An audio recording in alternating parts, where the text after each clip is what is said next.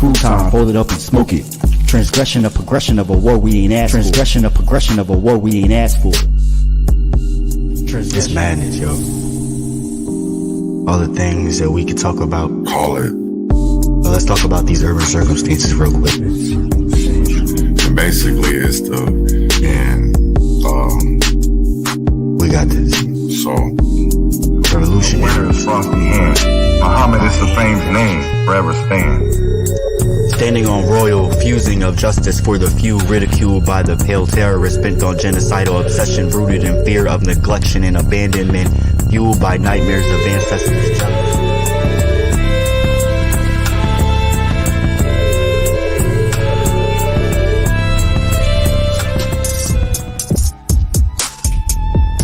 because at the end of the day, I still want to be able to I don't dislike George Washington. The kind of friends I think all friends should be like my friends. My friends are the kind of friends I think everyone needs.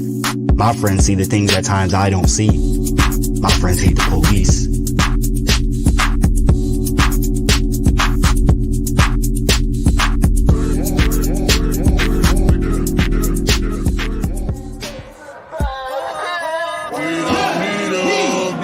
What has changed?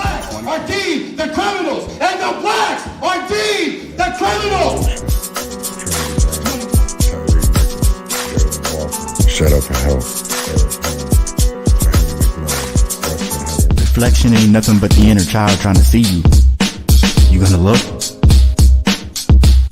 You gonna pick up that book? Lord, keep me far from the faint. Guide me through night and day. Teach me your ways. Show me the righteous way to sway.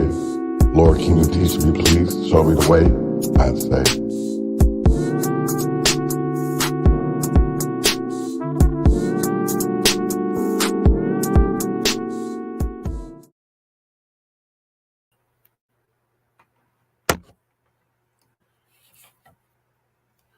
Good morning, good morning, good morning, good morning, good morning, good morning, good morning, good morning.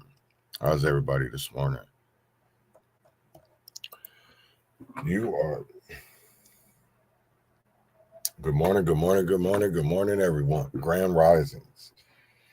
Welcome back to the Urban Conservative Coffees and Conversations. I'm your host, Chaz Neal, and I'm thrilled to have you. Join me for today's episode, Unmasking Shadows. Today, we're diving deep into some pressing issues with that unique conservative lens. So grab your coffee and let's jump right in. On our first topic, it is close to home, law enforcement and vigilantes. We're going to explore the case of Corporal Mathew Richard Adamson and the efforts of a local hero, Chase Johnston. Chase reported Corporal Adamson over a year ago, and now the deputy faces serious charges. We'll dissect the dynamics between law enforcement responses and the consequences faced by those exposing alleged misconduct. I want you guys to hear his story a little bit. So I'm going to play this a little bit. This is what you're seeing. This is Chase, and this is TC, who is a former Olmsted County Sheriff, actually. And Chase has a website that goes out and tries to get predators off the streets by acting like they're 13 and 14-year-old girls and boys. So listen in to Chase Johnston, and TC.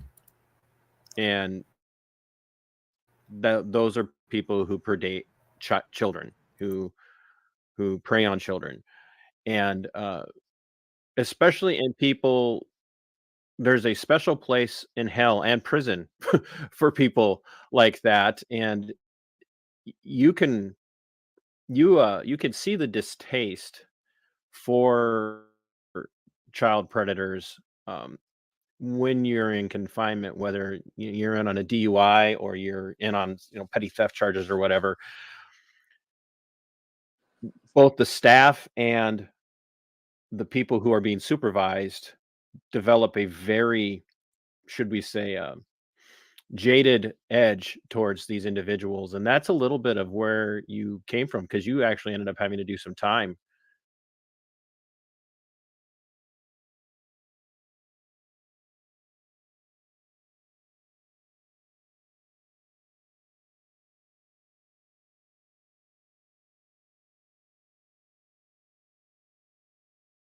stories, stuff like that.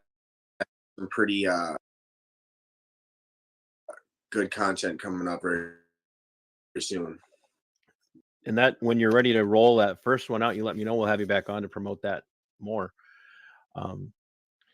But your first channel, I thought it wasn't like parolees versus predators, or yeah, it started off as prisoners versus predators. There it is, prisoners versus predators. Yeah, and we did probably 4 or 5, 6 busts with that name, and then another friend of mine from the Mankato area, he had reached out to me and he started doing it too, and he had called his Midwest Predator Catchers, and I kind of decided we could work together a little bit, so I had mine as Midwest Predator Catchers Rochester after that. So, I forgot you have a newborn, basically. Yes, she's in the background screen. No, that's awesome. People are gonna prefer hearing her much more than us because our story is not. I won't say it's not an interesting story, but it's definitely a. It's not a pleasant story. So, Right. So you guys started doing predator bust, and let's be upfront and honest. There's a small section of society that pretty much everybody looks down on, and those are people who predate children, who prey on children, and especially in people. There's a special place in hell and prison for people like that, and you can see the distaste for child predators when you're in confinement, whether you're in on a DUI or you're in on petty theft charges or whatever. Both the staff and the people who are being supervised develop a very, should we say, jaded edge towards these individuals, and that's a little bit of where you came from, because you actually ended up having to do some time, I believe, with some people like that. And I know that the stories that you heard about them really got under your skin, because you did share some of that, and it really disgusted you. Is that what made you decide you wanted to start going out and hunting predators? Yeah, that was one of the reasons. You actually, Todd, were working the night before they sent me up to prison, and you, I don't know if you remember or not, but you opened the door for me and took me up to booking, and did a little prayer for me, and that was that for the next year or so. But yeah, I did run into a lot of these individuals. One in particular, actually, he was working in the kitchen with me, and he, for whatever, usually I would never sit by an individual like that, but for whatever reason, for like a very small amount of time, he was sitting kitty corner across the table from me, and I kind of picked his brain a little bit and calmly sat down as he explained his story and had told me what he had did to a 17-year-old girl. And, just, it is sickening, and the amount of time that they get to is ridiculous in Minnesota, and it's usually probation for first-time offender. Yeah. And we had some interesting conversations, because I was watching all your content, and I remember just very distinctly telling you, you're doing great work. Got to get the temper under control. Yeah, which is not easy. Your emotions get involved, Yeah. and especially when they start trying to talk smack to you, or it's really hard to keep your composure. But there was definitely some videos I did that were more professional, for sure. Well, it's like anything, you always have room to improve. If you think you've got it nailed from day one, or from video one, or interview one, then you probably should just quit, because you're not gonna put any effort into getting better. And it's the same when you're interacting with these folks, and it's telling that you did, between prisoners versus predators, and then Midwest Predator Hunter Rochester, right? Is that what it was? Yep. You did how many busts? So, well, he also did about 10, or maybe more himself. So between the two of us, it's well over 20, but probably 30 almost. And I did about 14 or 15 myself. And with all of your stuff centers around the Rochester, Minnesota area. Yeah, we did one in St. Peter was as far as we had went. And so I just want people to hear that. Let's say 13 out of the 30. 13 out of the 30 were yours. And those 13, not counting the one in St. Peter, those 13 all took place in the area surrounding the third largest metro area in the state, and that's Rochester and Olmsted County. 13. So let's say you're only catching 10% of the people that are online that are doing this. That leaves 100. Let's not leaves. That's approximately 130 people preying on underage girls online, and young men as well, and young men. Yeah. We then had occasion to. I want to say it was probably May 29th or 30th when you first reached out to me and sent me a picture of the individual that we're discussing tonight, and that's Corporal from the Olmsted County Sheriff's Office, Matt Adamson. And you sent me the picture and said, "Man, who is this? I swear I know him." And of course, I'm paraphrasing our conversation, and I'm like, "Oh yeah, that's Matt Adamson." Yeah, and I didn't want to believe it either. And I asked you why. I distinctly remember saying why, and I had that sinking feeling in my gut that I knew why, but I didn't want to know why, but I knew. And your response was, so then here I would love for you to walk the audience through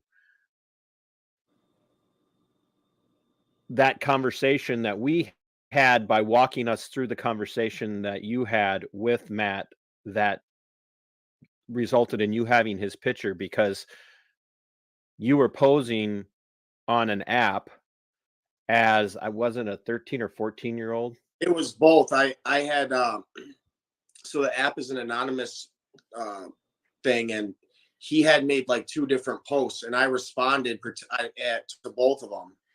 And at one point he had said, "Oh, you must be the same girl I'm talking to in the other thread." And I had told him I was 13 in one of the profiles and 14 in the other. And his MO was exactly the same then. It was trying to buy minors alcohol. And he wasn't just, I mean, we could talk about the drinking age. Parents want to give their kids alcohol, I don't really care. But we could talk about legal drinking age, but you're talking about a person who is, or is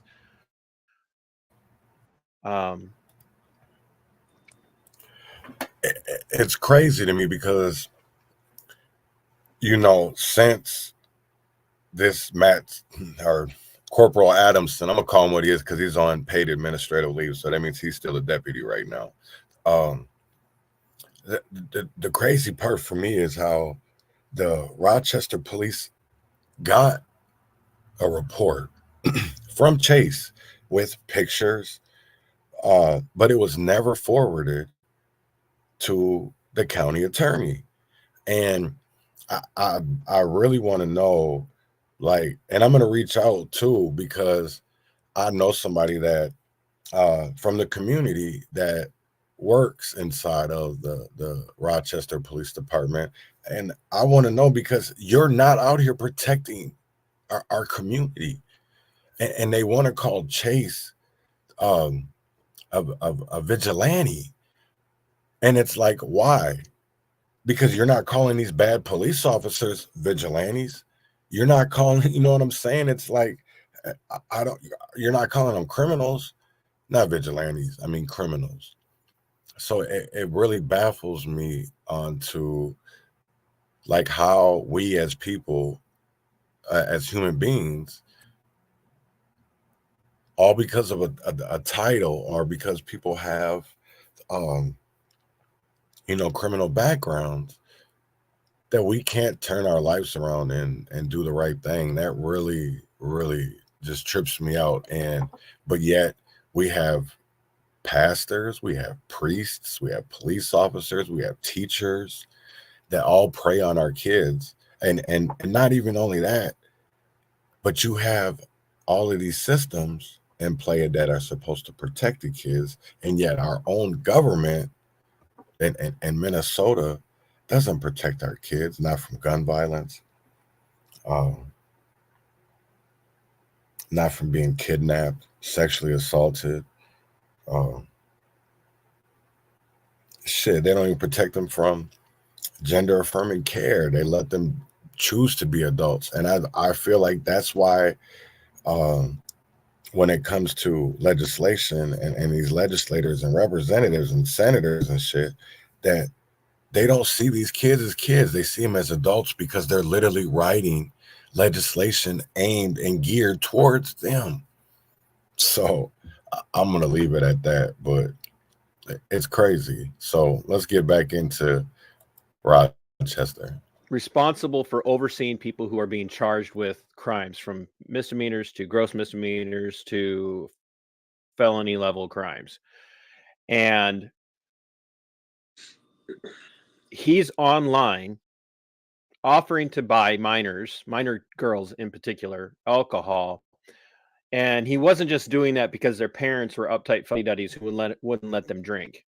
There was a catch there. He wanted something in exchange, and that was, he had said like make out, oral, stuff like that, you know, and he wanted to do that in exchange for the services of him buying alcohol. And your conversations, those two different conversations, he sent you his picture. He did. Was there a point where at first you're like, nah, there's no way this is him? Like, it's probably somebody just got this picture. Of course there was, but like my thought was, when I knew him from back in the day in jail, right, he seemed like such a good guy. So of course I was like, oh, maybe he pissed somebody off and they're whatever. But it's like, why would anybody do that? You know? So, I mean, just like when we had started talking to that doctor, you know what I'm saying? It's just like yeah, because the doctor you guys met at Flapdoodle on Broadway. Yeah. But yeah, your initial reaction, especially when it's somebody that you know or somebody that's in a profession like that, you want to go, okay, somebody's setting them up. This is some sort of setup. How many days did this go on? Was it a night or two? I think it was like a day tops. Like a day. Okay. And just so everybody's aware,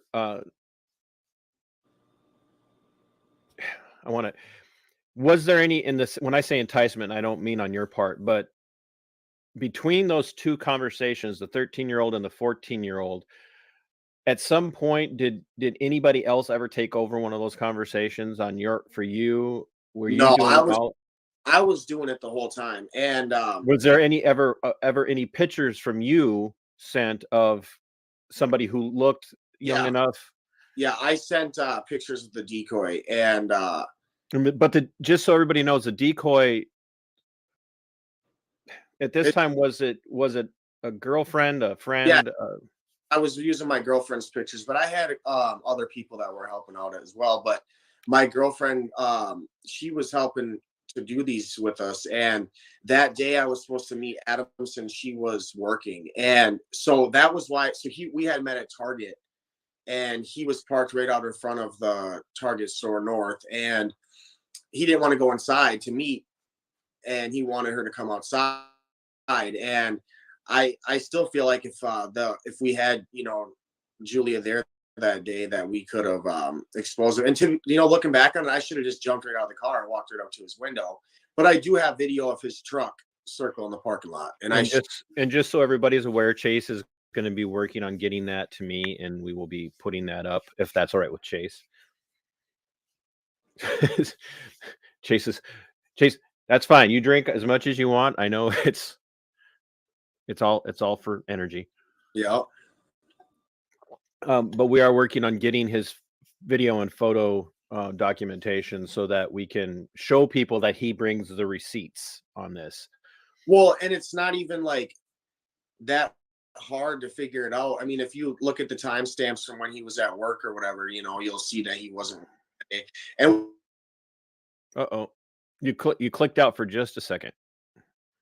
Sorry about that. When he reported this to the police, or when I reported this to the police, they didn't even follow up. They could have checked the target security cameras. This is a serious matter. Well, hold on before you go there.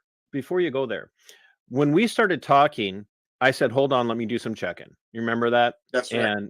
And so I messaged a friend who still works at the sheriff's office, and I didn't go, "Hey, I know somebody that busted Adamson trying to pick up a underage girl to have sex with her in exchange for alcohol." I just said, "Hey, I saw Adamson," and I could look my tweet or the text up. "Hey, I swear I saw Adamson the other day. Did he get a new truck? What's he drive now? Does he drive a white truck? Because he didn't even wave." And he was like, "Yeah, he does drive a white truck."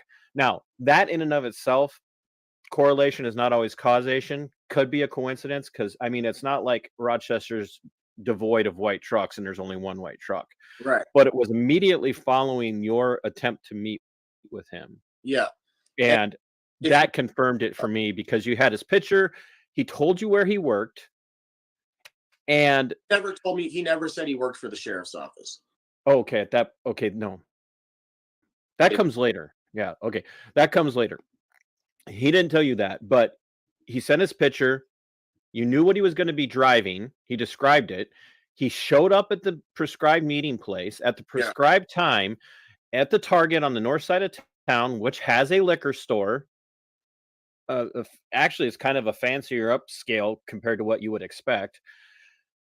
I don't know why that's important because every once in a while I like upscale liquor, I guess. I don't know. But he took off. He got cold feet before you even really had the opportunity to confront him. But you have video of all of that. And once I confirmed that I was pretty positive it was Adamson, my advice to you was be careful, but take this to the police. You need to report him to both the police department and to the sheriff's office. And you did. And you have the proof of that as well. I have it, and I just went to fix that phone, and now they want the battery fixed too, so it's going to cost me a couple $100 to fix a $50. But I think it's worth it to do it to get the rest of the text messages that I have. And hold your thought for just a minute, Chase. Folks, this is why you got people like me who have things like Subscribe Star, and we work to get monetized. If anybody's interested, I'm not going to put any pressure on anyone, but one, please like, share, and subscribe for me right now, because I'm going to also be linking you to Chase's channel in the description of this video when this is done. Like, comment, subscribe. Then check the description of the video after this processes. Go over to Chase's channel, subscribe there, and then leave him a message to go and ask him how you can help him get that phone so that we can make sure we recover all of that information 100%. Now, you did report this, and their response to you was what? Kind of null, like just, I explained to him, I asked right away the cop, I'm like, do you recognize him? Cops bring people to jail, obviously. I thought maybe he did. He said he didn't recognize him. And act like it was a big deal as it is. And this is a very serious matter. Somebody's coming to you and reporting that an officer of the law is trying to take advantage of a child, and you just, kind of dismiss it because of my background. And yes, obviously my videos were a little bit crazy sometimes, and I smacked one of them before and got a charge out of that, but for the most part, I was just degrading these people and shaming them. So because I was doing that, they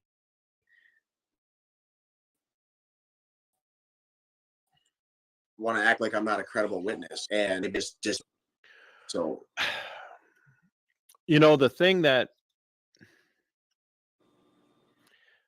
bothers me is they did approach you in a very dismissive way. I remember you telling me like they didn't take it very seriously.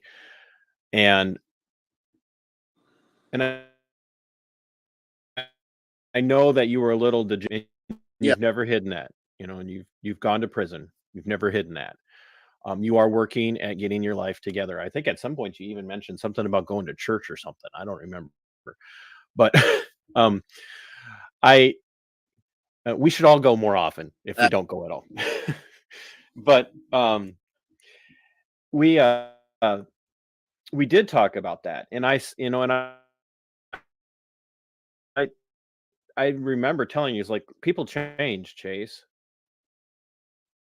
People change, and people can have the most profound impact on a situation, especially like what you were doing. I just wanted people to see the two types of justice systems that we have in America, and they're not. It's not pretty. You know what I'm saying? It's definitely not. It's not pretty at all, and it's just sick. And people.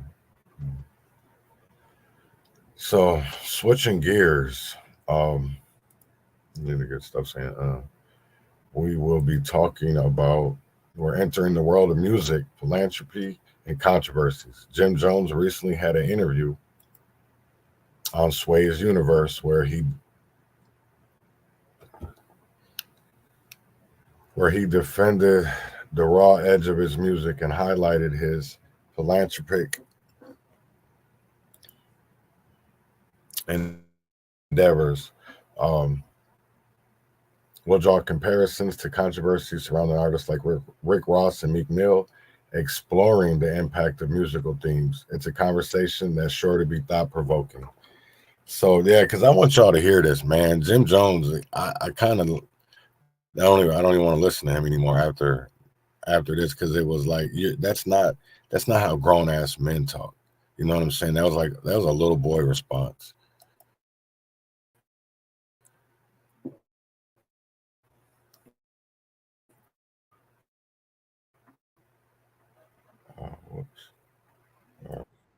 In real life, I do a lot for the people. Miss me with the rhetoric about what I do in my music. I get money off my music. Don't tell me how to make my dollars. You got to watch whose names you mentioning out here. Mm-hmm. You heard? Yeah. Because my little cousin might not like how you mention my name. Just because he don't understand that you're using my name for fame, and he don't understand that.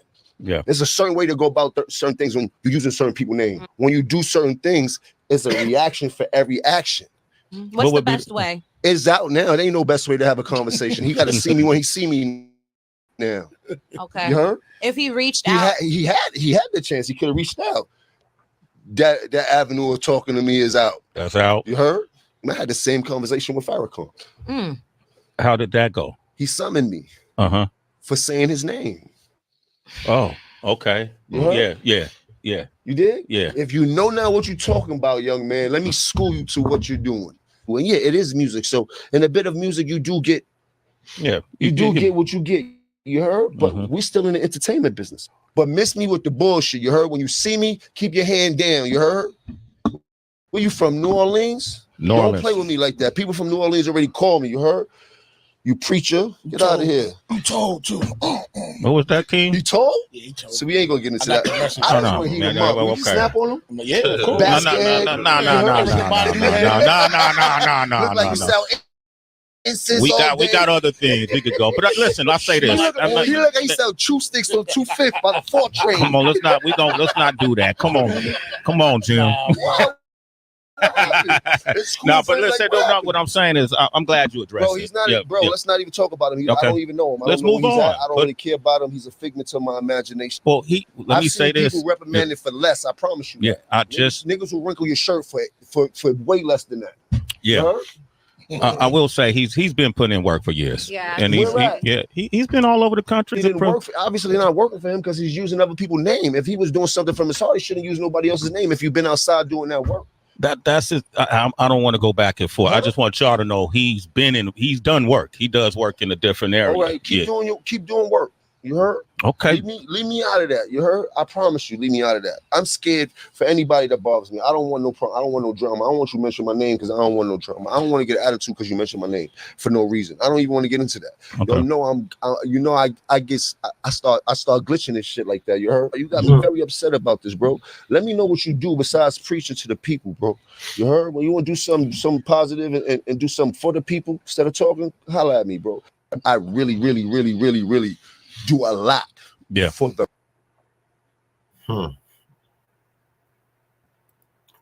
You know, for me, he wasn't even talking about, I don't feel like in his D1 in his statement did he disrespect me, did he disrespect Jim Jones or Rick Ross. I feel like, we're out here as men. People look up to, I'm not going to say people look up to me, but, people look up to entertainers, the entertainment industry, athletes. And for me, I like Jim Jones. I think his, the way he raps and everything, I like that. But I get where D1 is coming from is we have to change the way that we see ourselves, because it's crazy to me how we talk about all this stuff that goes on in the streets, but we're not trying to solve it. We make money off of murder, rape, sexualizing. And then we wonder why the world is so messed up. Because what does that just show you? That anybody will do anything for $1. If that doesn't show us that people will sell out their souls for money, what does that tell us? Because we see it every day. We see it every day. We see it with politics. We see it with our school system. We see it with our court system. We see it with our health care. Shit, we see it with the church, the black church. We see it with these countries, and I'm going to get into that later. You know what I'm saying? Talking about Israel and Palestine. But it's just sick to me how people don't see it for what it really is, and just like, we got to start caring about one another. We got it, because I don't know. I get it. It's entertainment. I get it. It's entertainment. But I just think it's funny how he goes to talking about our community and our culture, and they go to disrespecting and name calling. That's crazy to me. So, take a short break real quick, and we will be, we got nothing new, but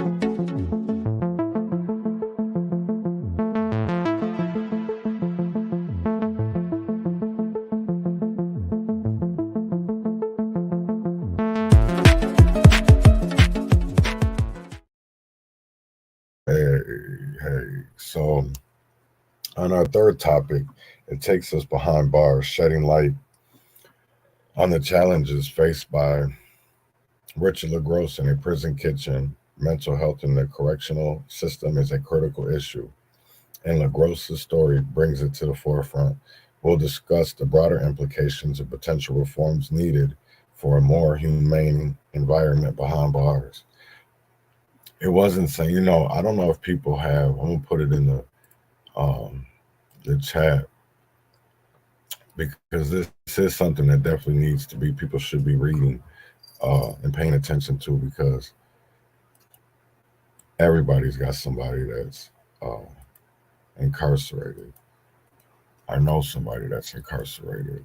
So Colorado banned forced prison labor 5 years ago. Prisoners say it's still happening. After a few months working in his prison's hot and crowded kitchen, Richard Lilgerose noticed he was having trouble sleeping. I was always anxious about having to go to the kitchen and work under these conditions for these long hours. So you guys can see it too. Under these conditions for hours upon hours, and not knowing when I was going to be able to go back to my unit to get some rest, he told NPR in a call from prison. Lilgerose, who has been in prison for 20 years, suffers from post-traumatic stress disorder, and says the chaos of the kitchen made it hard to work there. He kept asking for breaks. Eventually, the guards stopped making him work. But Lilgerose say they punished him, moving him to a unit with less access to outdoors and to phones. He also says he lost good time, which can determine parole eligibility. What Lilgerose experienced is common in prisons nationwide. The 13th Amendment to the U.S. Constitution abolished slavery, but it included an exception. Neither slavery nor involuntary servitude shall exist. It declares except as punishment for a crime. Prison rights advocates say this exception allows for forced labor in prisons. The unexpected part of Lilgerose's story isn't so much what he experienced, but where he experienced it. Lilgerose is in prison in Colorado, a state that changed its own constitution to say no one would be forced to work, not even prisoners.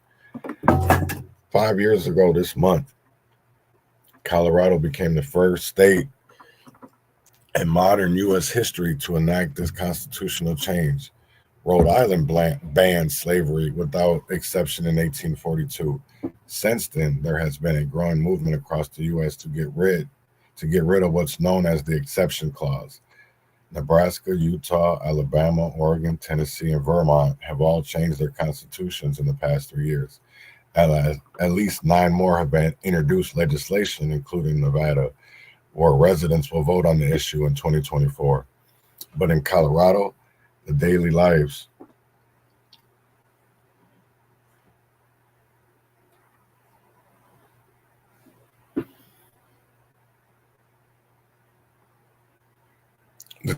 of people behind bars haven't changed. Unfortunately, here we are 5 years later, and we have not seen the change happen inside of our prison. It's been business as usual, says Kim Ray, a community organizer with Together Colorado, a multi-faith community organization. It was never intended to be a symbolic sort of thing. Like, we removed it from our constitution with no exception of change. We actually did, in fact, expect there to be some level of change. A spokesperson for Colorado's Department of Correction declined NPR's request for an interview and declined to comment because of pending litigation. Forced prison labor is common across the country. There are more than 1 million people in state and federal prisons across the country, and most of them work, and 3/4 say they're required to. According to the most recent numbers from the Federal Bureau of Justice statistics, the reality is that once people enter the prison gates, they lose the right to refuse to work, says Jennifer Turner, a human rights researcher at the ACLU and the lead author on a report released last year on prison labor. Most prison workers maintain the institutions where they're held. In New York, prisons also staff DMV call centers. In Michigan, they make license plates. In Louisiana, they serve lawmakers food. In North Carolina, they work on highway crews. In 14 states, including California, prisoners fight wildfires. In Texas, some prison farms are located on the same land as former slave plantations. Colorado used to sell goat cheese to Whole Foods, though the company stopped amid public outcry. In 2020, the state generated more than $6 million, selling to around 100 private companies. Nationwide, prisoners often make less than $1 an hour, and courts have ruled that laws protecting workers outside of prison, like the Fair Labor Standards Act, do not apply inside. Damn, that's crazy. And, you know, for me, how, you know, I take that as somebody who has been incarcerated, you know, yeah, you work for pennies on the dollar while these people are making, these companies on the outside are making millions and billions off the backs. And how is that not still slavery? Because you literally have people that are wrongfully convicted and haven't done anything wrong, and they're out here slaving, because that's a form of slavery. How is it not?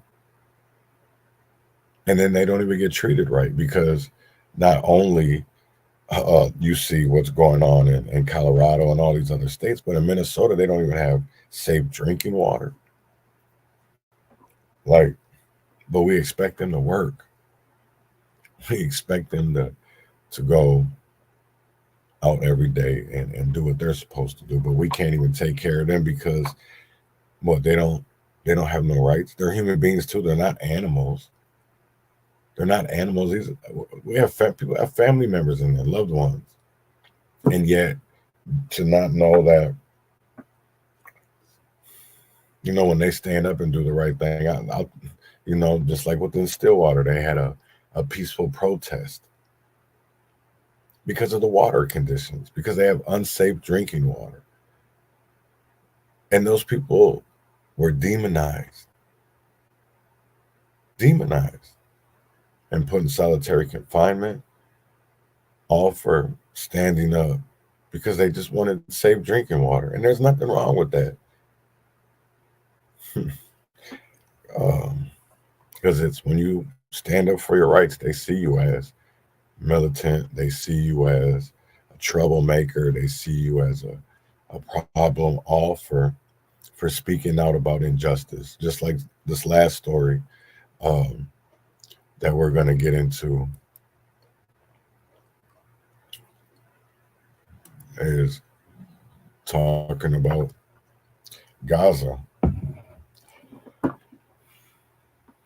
talking about Israel, talking about free Palestine. It's crazy to me that we even have to have these conversations still, because we're going to discuss the broader implications and potential reforms needed for And finally, our international spotlight is on the Gaza crisis, Israel strikes, alleged Hamas activities, and the dire situation around Shifa Hospital. There's a lot happening, and we're going to break it down.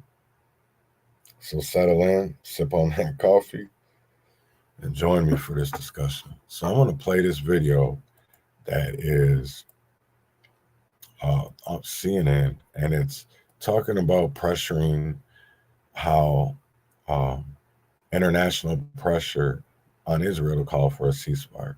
So Trita Parsi joins me now from Washington, D.C. He is the Executive Vice President at the Quincy Institute for Responsible Statecraft and the author of Losing an Enemy, Obama, Iran, and the Triumph of Diplomacy. Appreciate you joining us. Thank you for having me.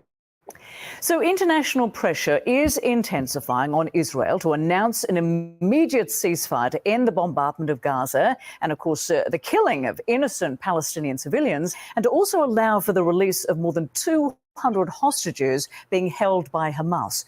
What will it take to see all this happen, do you think?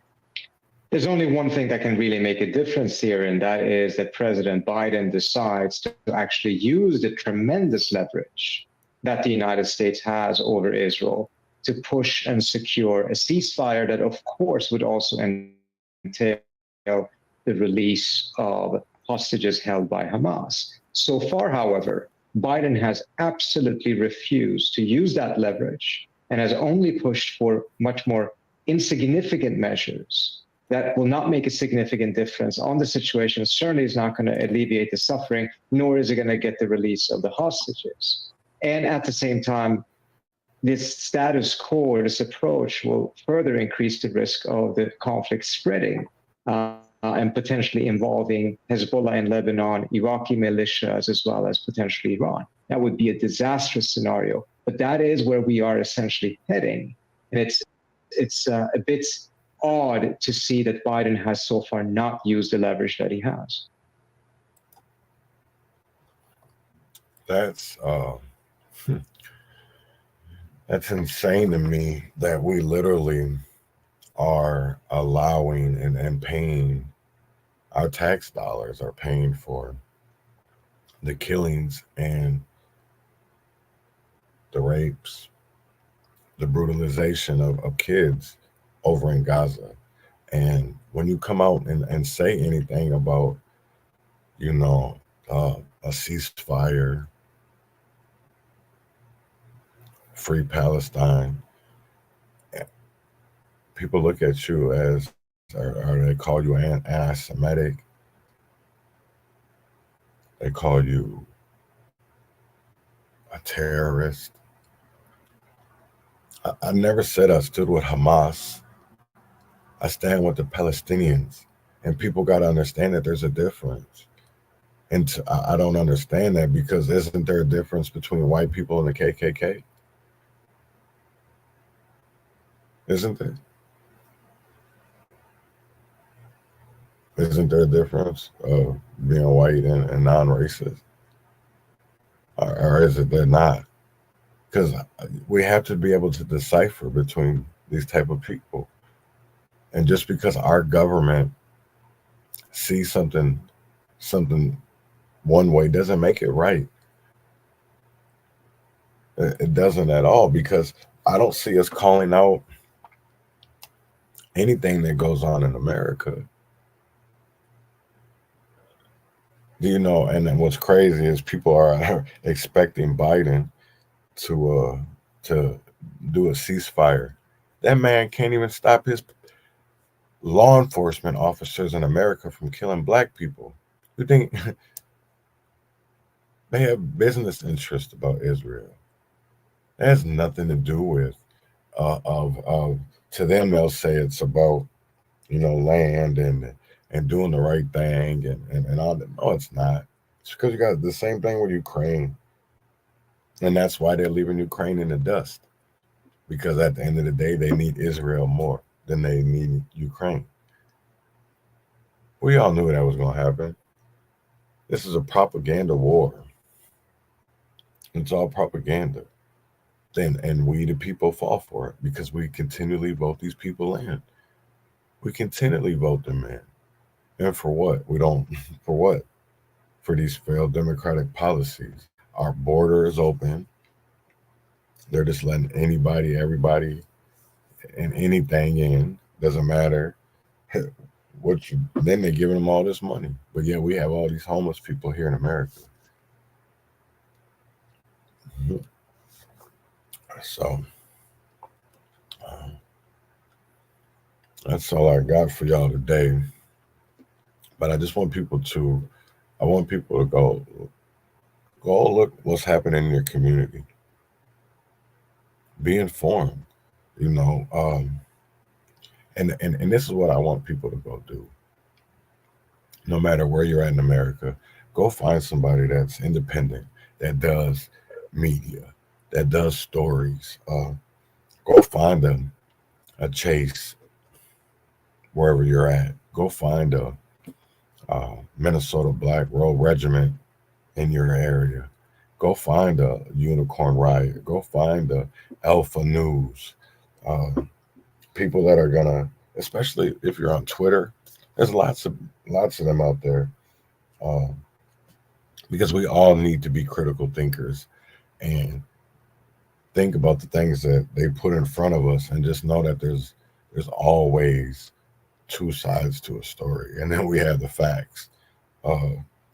So y'all have a blessed, beautiful Monday. Enjoy this 50-degree weather. I know I'm about to get out and go enjoy it for a little bit. So win or fail, freedom or jail, heaven or hell, wish me well. Every day, fighting for my life. Every day, fighting for my life. Fighting for my life.